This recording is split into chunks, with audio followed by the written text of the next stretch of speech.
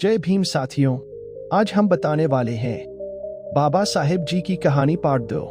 इस वीडियो को देखने से पहले अभी तक बाबा साहेब जी की कहानी पार्ट 1 नहीं देखे हैं तो पहले उसे देखें, क्योंकि मैं उस वीडियो में बता चुका हूँ। पहला नंबर में आपको हम बताए हैं बाबा साहेब की माता पिता कौन थे, क्या थे, कैसे थे। दूसरा नंबर पर बताए हैं बाबा साहेब आम्बेडकर जी का जन्म, पालन पोषण कैसे हुआ था और बचपन में किन किन परिस्थितियों को सामना करना पड़ा था। तीसरा नंबर में बताए हैं बाबा साहेब की शिक्षा कैसे हुई और कहां से पढ़ाई की थी और कब क्या किए और क्या बने थे, आपको हम आज की वीडियो में बताएंगे। चौथा नंबर में बाबा साहेब जी की शादी कैसे हुई और क्या जरूरत थी दूसरी शादी करने की। 5 नंबर में आपको हम बताएंगे बाबा साहब जी की मृत्यु कैसे हुई और क्या सच में बाबा साहेब की मृत्यु उसकी दूसरी पत्नी की कारण हुई थी। 6 नंबर में बताएंगे बाबा साहेब की बेटा बेटी और पोता पोती के बारे में, जो अभी कहाँ हैं और क्या कर रहे हैं। इस वीडियो को देखने से पहले इस भीम आर्मी वाला चैनल पर नए आए हैं तो सबसे पहले इस चैनल को सब्सक्राइब कर लीजिए, ताकि ऐसी ही बाबा साहेब जी की वीडियो आपको पास मिलती रहेंगी। और साथ ही साथ लाइक, कमेंट, शेयर भी कर लीजिए। चलिए वीडियो शुरू करते हैं। चौथा नंबर में हम आपको बताने जा रहे हैं बाबा साहेब जी की शादी कैसे हुई और क्या जरूरत थी दूसरी शादी करने की। वर्ष 1908 में भीमराव जब मात्र 17 वर्ष के थे तब उनकी शादी हो गई। वे रमाबाई के साथ विवाह सूत्र में बंध गए। तब रमाबाई की उम्र महज 14 वर्ष थी। शादी के बाद भी डॉक्टर भीमराव ने विदेश जाकर उच्च शिक्षा ली और फिर देश लौटकर सेवा में लग गए। 1907 में मैट्रिक की परीक्षा पास होने के बाद उनकी शादी एक बाजार के खुले छप्पर के नीचे हुई।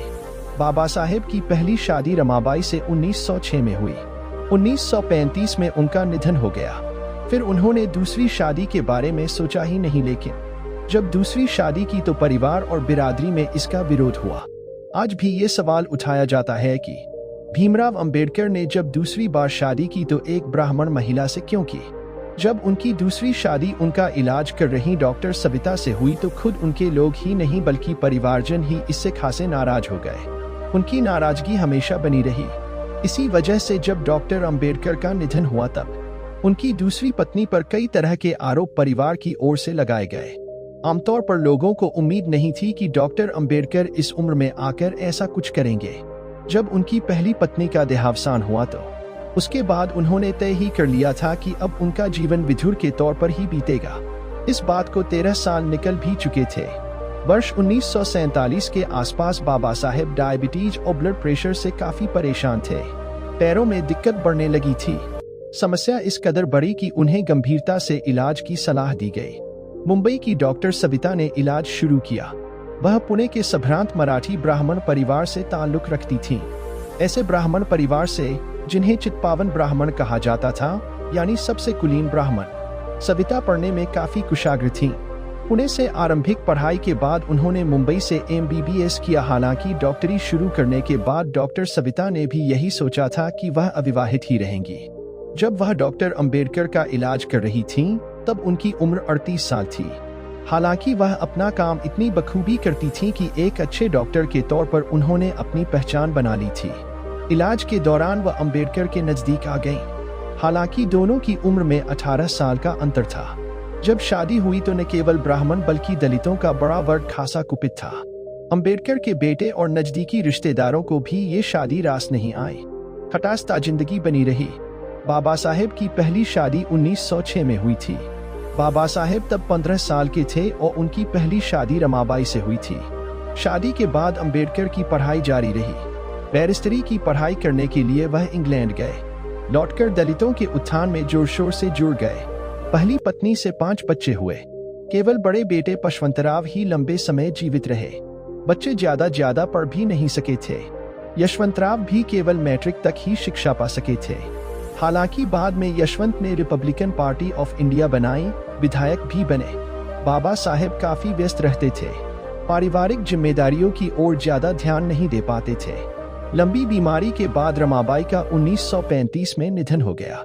अगले 13 सालों तक बाबा साहेब ने विवाह के बारे में सोचा भी नहीं। 1940 के दशक के आखिर में वह जब भारतीय संविधान को बनाने में व्यस्त थे तभी स्वास्थ्य की जटिलताएं उभरनी शुरू हुई। नींद नहीं आती थी, पैरों में न्यूरोपैथिक दर्द रहने लगा। इंसुलिन और होम्योपैथिक दवाएं किसी हद तक राहत दे पाती थीं। इलाज के लिए वह बंबई गए। डॉक्टरों ने सलाह दी कि उन्हें अब ऐसे साथी की भी जरूरत है जो न केवल पाक कला में प्रवीण हो बल्कि मेडिकल ज्ञान वाला भी हो, ताकि उनकी केयर कर सके। चूंकि डॉक्टर सविता बेहद समर्पित तरीके से इलाज कर रही थीं, लिहाजा वो उनके करीब भी आ गए थे। नजदीकियां कुछ इस तरह बढ़ी कि उन्होंने सविता के सामने विवाह का प्रस्ताव रखा। वो जब मान गईं तो 1948 को दिल्ली स्थित अंबेडकर के आवास पर दोनों की शादी हुई। इसके बाद कई तरह की बातें और विवाद शुरू हुए। तमाम बातें कही गईं। ब्राह्मणों ने अंबेडकर की दलित राजनीति और विचारधारा पर सवाल खड़े कर दिए। नाराज दलितों के एक वर्ग का कहना था कि इससे गलत तो कुछ हो ही नहीं सकता था। क्या बाबा साहेब को शादी के लिए एक ब्राह्मण स्त्री ही मिली थी? कुछ ने कहा कि ये ब्राह्मणों की साजिश है। कुछ ने खिल्ली उड़ाई। उनके बहुत से अनुयायियों का मानना था कि बाबा साहेब जो भी करते हैं सोच समझ करते हैं। बाबा साहेब ज्यादा विचारवान और समझदार हैं, लिहाजा उन्होंने उचित ही किया होगा। विवादों को किनारे रखें तो कोई शक नहीं कि डॉक्टर सविता माई, बाद में उन्हें माई ही कहा जाने लगा था, ने पूरी निष्ठा से मरते दम तक अंबेडकर का ख्याल रखा। वह उनकी सेवा में जुटी रही, यहाँ तक कि अंबेडकर खुद उनके समर्पण और सेवा की तारीफ करते थे। जब उन्होंने अपनी किताब द बुद्धा एंड हिज धर्मा लिखी तो पहली बार में ये बगैर भूमिका के प्रकाशित हुई। 15 मार्च 1956 को बाबा साहेब ने इसकी भूमिका फिर लिखी। नई भूमिका के साथ किताब को फिर प्रकाशित किया जाना था। भावुक अंदाज में इसमें लिखा कि किस तरह उन्हें पत्नी से मदद मिली। अंबेडकर के निधन के बाद नाराज करीबियों और अनुयायियों ने प्रकाशक पर दबाव डाला कि ये भूमिका हटाई जाए। इस तरह वो फीलिंग से लोगों के सामने नहीं आ सकी जो उन्होंने पत्नी के बारे में लिखी थी। ये बात 1980 में सामने आई, जब पंजाबी बौद्धिस्ट लेखक भगवान दास ने उनकी उस भूमिका को दुर्लभ भूमिका के रूप में प्रकाशित किया। हालांकि निधन के बाद अंबेडकर के बेटों और करीबियों ने सविता माई पर उनका ध्यान नहीं रखने का आरोप भी लगाया। उन्हें अंबेडकर आंदोलन से अलग कर दिया गया। उन्होंने खुद को दिल्ली में अपने महरौली स्थित फार्म हाउस तक समेट लिया। बाद में युवा रिपब्लिकन नेता रामदास अठावले और गंगाधर गाड़े दोबारा अंबेडकर आंदोलन को मुख्य धारा में लौटा कर लाए। हालांकि उम्र बढ़ने पर वह फिर अलग हो गई। उन्होंने बाबा साहेब पर संस्मरण बाबा साहेबंच्या सहवासत लिखा, उन पर बनी फिल्म में योगदान दिया। सविता माई का वर्ष 2003 में 94 साल की उम्र में मुंबई के जेजे अस्पताल में निधन हो गया। वीडियो बहुत ज्यादा लंबा हो जाएगी, इसलिए वीडियो को यहीं पर समाप्त करते हैं।